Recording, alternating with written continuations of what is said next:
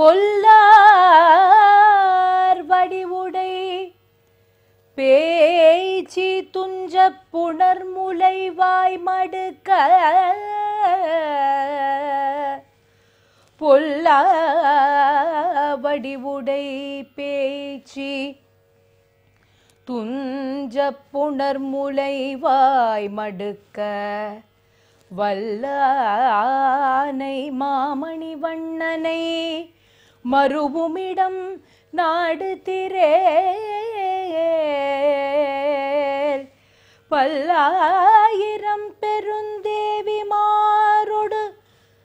பௌவமெரித்துவரை எல்லாரும் சூழ சிங்காசனத்தே இருந்தானை கண்டாருளர்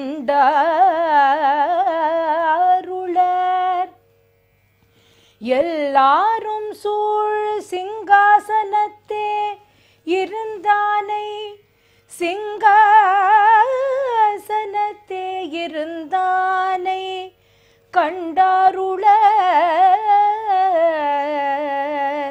கண்டாருளர் கண்டார் உளர். ஆன்மீக அன்பர்கள் அனைவருக்கும் இனிமையான வணக்கங்கள். நம்ம இந்த பக்தி நேரம் நிகழ்ச்சியின் மூலமாக திவ்ய தேச வைபவங்களை பார்த்தபடி வருகின்றோம். அப்படி 108 திவ்ய தேசங்கள்ல கிட்டத்தட்ட எல்லாமே முடிக்க போற ஒரு தருவாயில நம்ம இப்ப இருக்கோம். 103 திவ்ய தேசங்கள் முடிந்து 104வது திவ்ய தேசத்துக்குள்ள இன்றைய தினம் நாம் காலடியை எடுத்து வைக்கின்றோம். இந்த 104வது திவ்ய தேசமும் வடநாட்டு திவ்ய தேசங்களில் ஒன்றாக கருதப்படுகின்றது. எப்படி இதற்கு முன்னாடி நம்ம பார்த்தோம் இல்லையா, மதுரா ஆய்ப்பாடி அப்படின்னு சொல்லும் பொழுது கண்ணனுடைய தலங்களை பற்றி சொல்லி கொண்டு வரும் பொழுது ரொம்ப முக்கியமான ஒரு திருத்தலம், மோட்சப்புரிகளிலும் ஒன்றாக இருக்கக்கூடியது துவாரகா என்று சொல்லக்கூடிய திருத்வாரகை. இந்த திருத்வாரகை என்று சொல்லக்கூடியது 7 மோட்சப்புரிகளில் 7வது திருத்தலமாக இருக்கின்றது. காஷி, மாயா, மதுரா அப்படின்னு சொல்லும் பொழுது அதுல ரொம்ப முக்கியமான ஒன்று இந்த துவாரகை. துவாரம் அப்படின்னு அதிலேயே சொல்லப்பட்டிருக்கு இல்லையா, எதற்கான துவாரம்? முக்திக்கான துவாரம், மோக்ஷ துவாரம் என்று இந்த துவாரகையினுடைய ஒரு மேன்மையை நாம் சொல்லலாம். அப்படிப்பட்ட இந்த துவாரகையில் இறைவன் பல்வேறு ரூபங்கள் அப்படின்னு பார்த்தா கூட ஒவ்வொரு துவாரகையில ஒரு ரூபத்தோடு திருநாமத்தோடு எழுந்தருளி இருக்கின்றார். அதிலும் ஆச்சரியம் என்ன அப்படின்னு பார்த்தா ஒவ்வொரு இடத்துலையும் அவ்வளவு சாநித்தியம் நிரம்பி இருக்கு. இது என்ன துவாரகைன்னு ஒரு பேரை சொல்லி விட்டுட்டு ஒவ்வொரு இடம்னு சொன்னா என்ன அர்த்தம்? யாத்ரிகளுக்கு நன்றாகவே தெரியும். இந்த துவாரகை அப்படின்னு சொல்லக்கூடியத 5 துவாரகைகளாக சொல்றது உண்டு. பஞ்சத்வாரகை அப்படின்னு அழைக்கிறது உண்டு. இந்த பஞ்சத்வாரகைகள் என்ன அப்படின்னு பார்த்தா கோமதி துவாரகை அப்படின்னு ஒன்று உண்டு, டாக்கூர் துவாரா அப்படின்னு சொல்லி ஒரு துவாரகை உண்டு, மூல துவாரகை உண்டு, பேட் துவாரகை உண்டு. அதே போல ஸ்ரீநாத்ஜி இருக்கக்கூடிய நாத துவாரகை அப்படின்னு பஞ்சத்வாரகையை ரொம்ப ரொம்ப விசேஷமாக சொல்றது உண்டு. அப்படி முதல்ல நம்ம பார்க்க போறது கோமதி துவாரகை என்று சொல்லக்கூடியதுதான். கோமதி நதியின் தீரத்துல இருக்கு. ஓகா அப்படின்னு சொல்லக்கூடிய துறைமுகம் மேற்கு கடற்கரை அப்படின்னு சொல்லக்கூடியதுக்கு பக்கத்துல இருக்கு. அந்த ஓகாங்கிற துறைமுகத்துல இருந்து ரொம்ப கிட்ட இருக்கக்கூடிய ஒரு திருத்தலம் தான் இந்த கோமதி துவார் அப்படின்னு சொல்லக்கூடிய திருத்தலம்.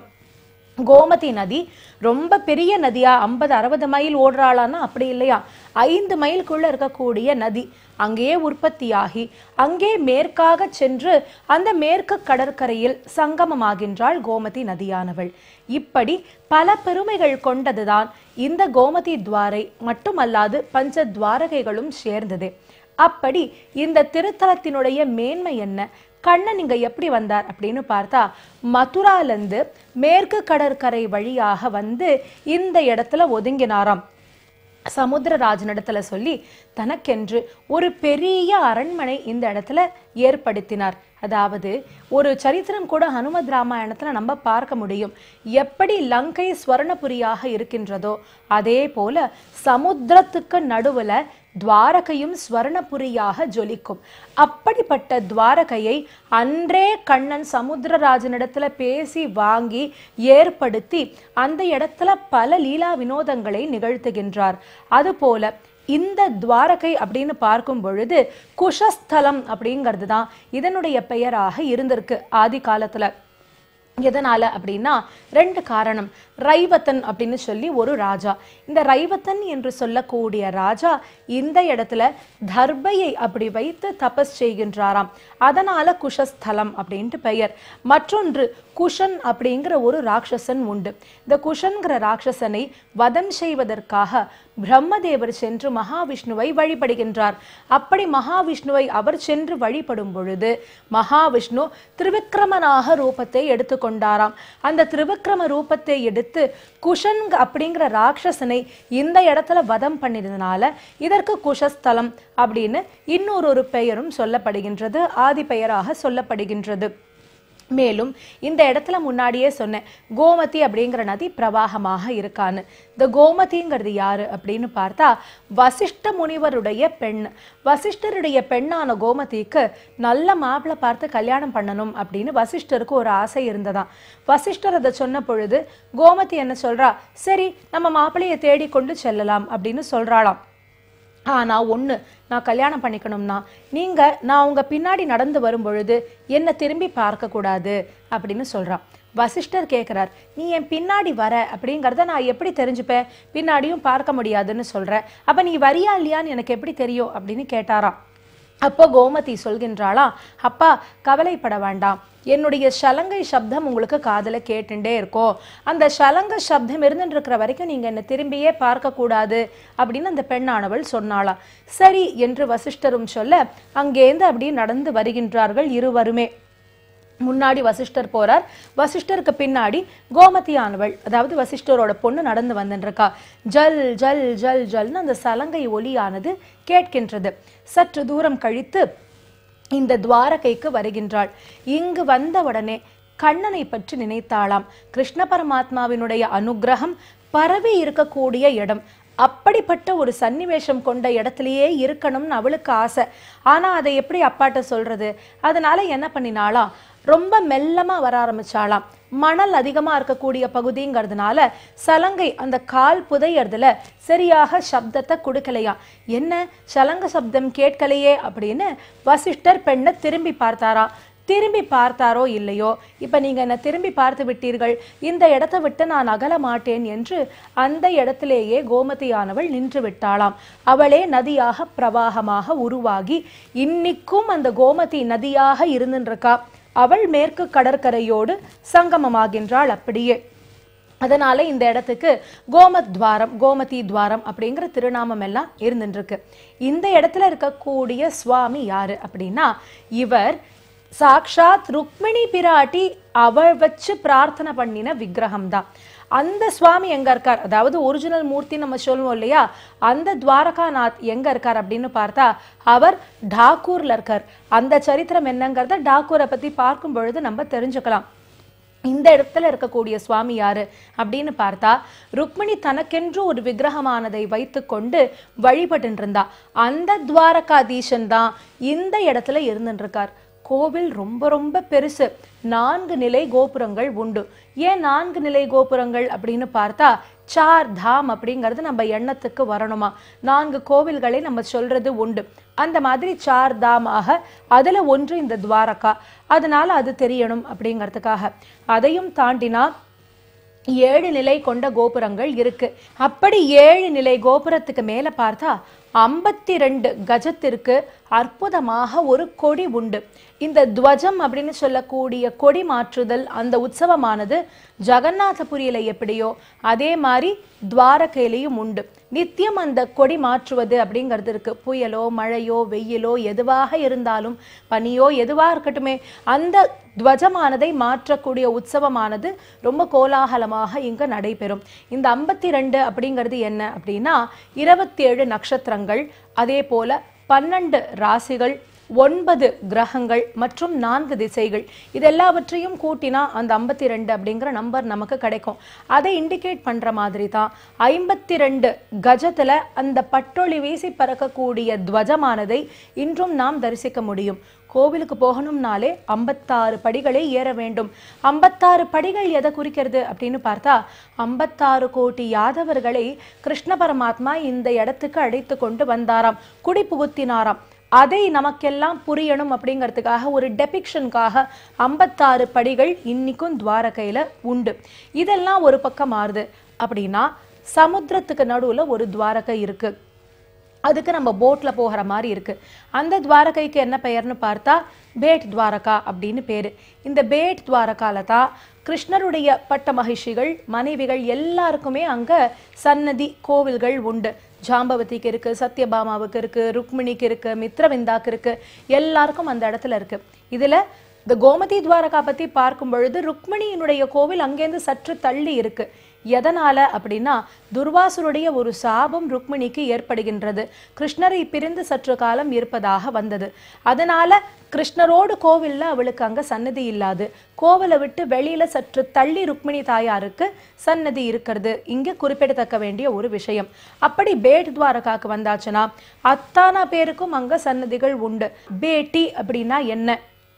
சுதாமா என்று சொல்லக்கூடிய குச்சேலருடைய சரித்திரம் தான் நம்ம எல்லாருடைய நினைவுக்கும் வரக்கூடியது.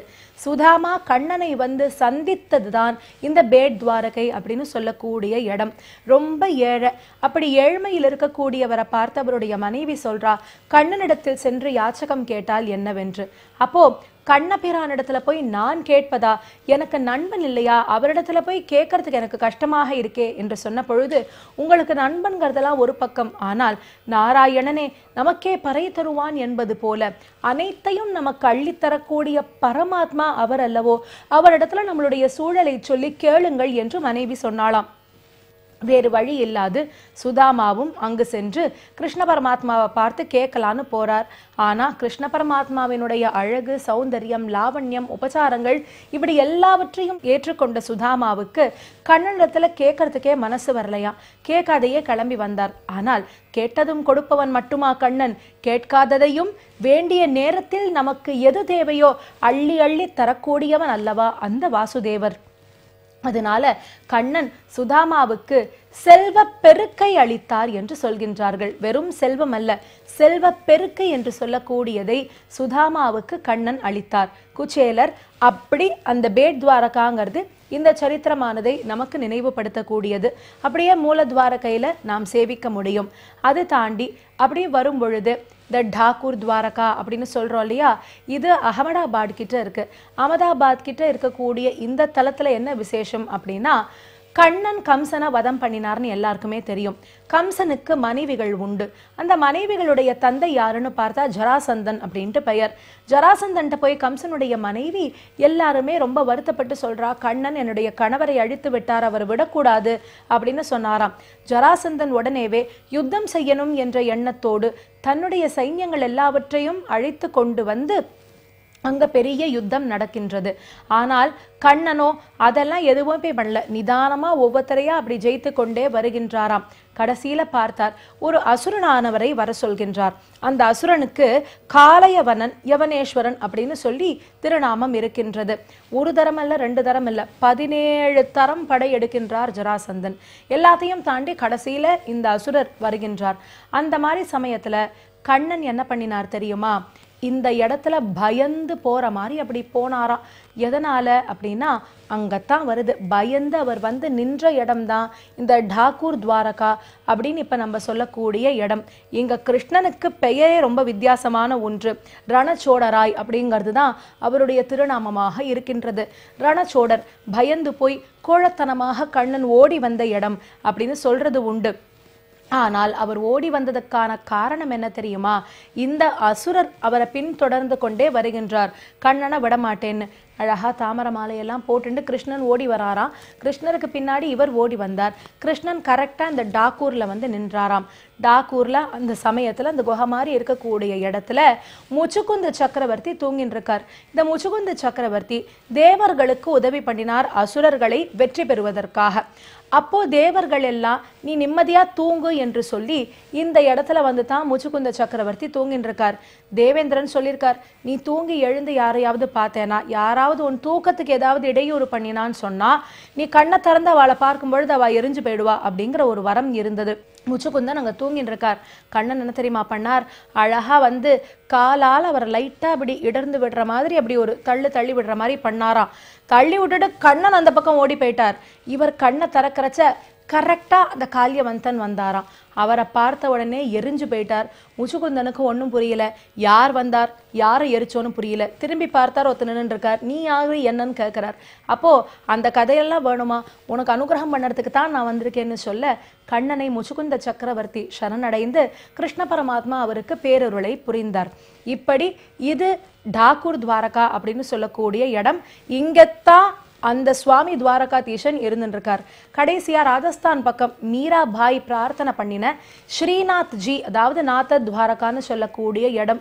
இங்கெல்லாம் அவளுடைய வழிபாடு முறை என்ன அப்படின்னு பார்த்தா புஷ்டி மார்க்கம்னு சொல்கின்றார்கள். வல்லபாச்சாரியார் கொண்டு வந்தது. கிருஷ்ணனை ஒரு குழந்தை தவழற கிருஷ்ணன் மாதிரி அழகா இத்தினோண்டு விக்கிரகம்.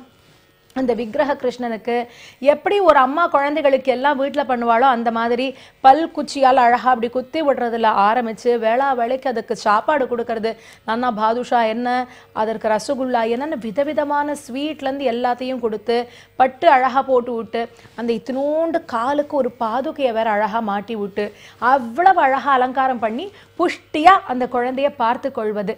அந்த மாதிரி நாத துவாரகா, அங்குதான் மீரா ஐக்கியமானா. இப்படி பல பெருமைகள் கொண்ட துவாரகையை 5 ஆழ்வார்கள் பாடியிருக்கின்றார்கள்.